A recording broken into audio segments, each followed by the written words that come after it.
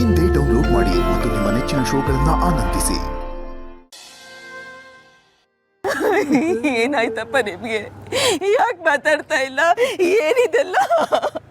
ಅಣ್ಣ ಅಣ್ಣ, ಏನಾಯ್ತಣ್ಣ ಅಪ್ಪಂಗೆ? ಏನಾಯ್ತು?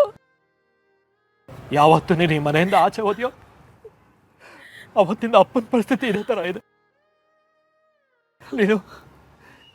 ನೀನು ಮಾತ್ರ ಈ ಮನೆಯಿಂದ ಹೋಗ್ಲಿಲ್ಲ. ಅಪ್ಪನ ಮಾತು ಹೋಯ್ತು, ಅಪ್ಪನ ಚೈತನ್ಯವೇ ಹುಡುಗೋಯ್ತು.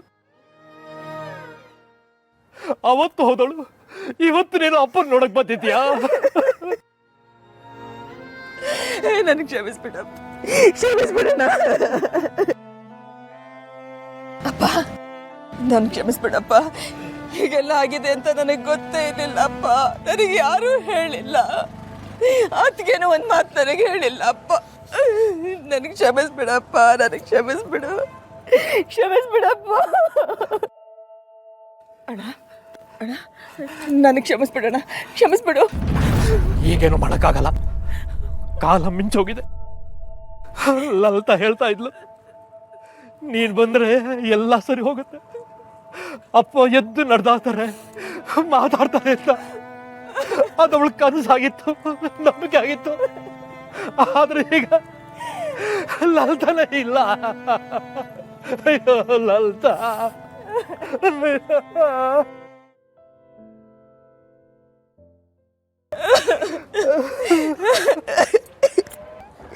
ಇದಕ್ಕೆಲ್ಲ ನಾನೇ ಕಾರಣ, ನಾನೇ ಕಾರಣ. ಯಾವ ಮುಖ ಇಟ್ಕೊಂಡು ಇನ್ನು ಇಲ್ಲಿದ್ರಿ? ನನ್ನ ಕೈಯಲ್ಲಿ ಆಗಲ್ಲ. ನನ್ನನ್ನು ಕ್ಷಮಿಸ್ಬಿಡಿ, ನನಗೆ ಕ್ಷಮಿಸ್ಬಿಡಿ. ಲಕ್ಷ್ಮಿ,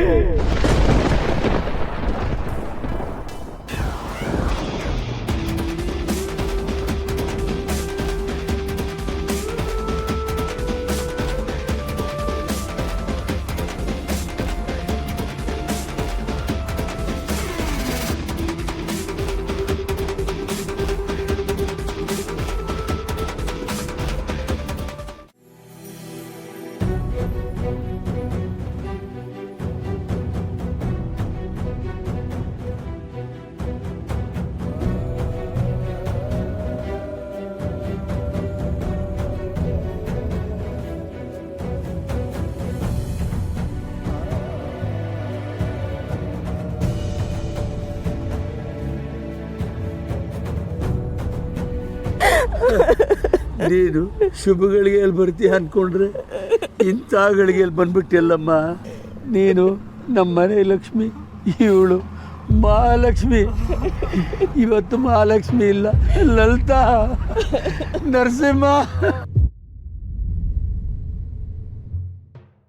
ಸಮಾಧಾನ ಹೇಳಬೇಕಾಗಿರೋ ನೀವಿಬ್ಬರೇ ಈಗ ಅಳ್ತಾ ಕೂತ್ಕೊಂಡ್ರೆ ನಿಮ್ಮ ತಂದೆ ಈಗಿನ್ನೂ ಚೇತರಿಸ್ಕೊಳ್ತಾ ಇದ್ದಾರೆ. ಅವ್ರಿಗೆ ಇದನ್ನೆಲ್ಲ ನೋಡೋದಕ್ಕೆ ಕಷ್ಟ ಆಗುತ್ತೆ. ದಯವಿಟ್ಟು ಸಮಾಧಾನ ಮಾಡ್ಕೊಳ್ಳಿ ಲಕ್ಷ್ಮಿ, ಸಮಾಧಾನ ಮಾಡ್ಕೊ ಲಕ್ಷ್ಮಿ. ನಿಮ್ಮ ತಂದೆನ ಒಳಗೆ ಕರ್ಕೊಂಡು ಹೋಗಿ. ಅಪ್ಪ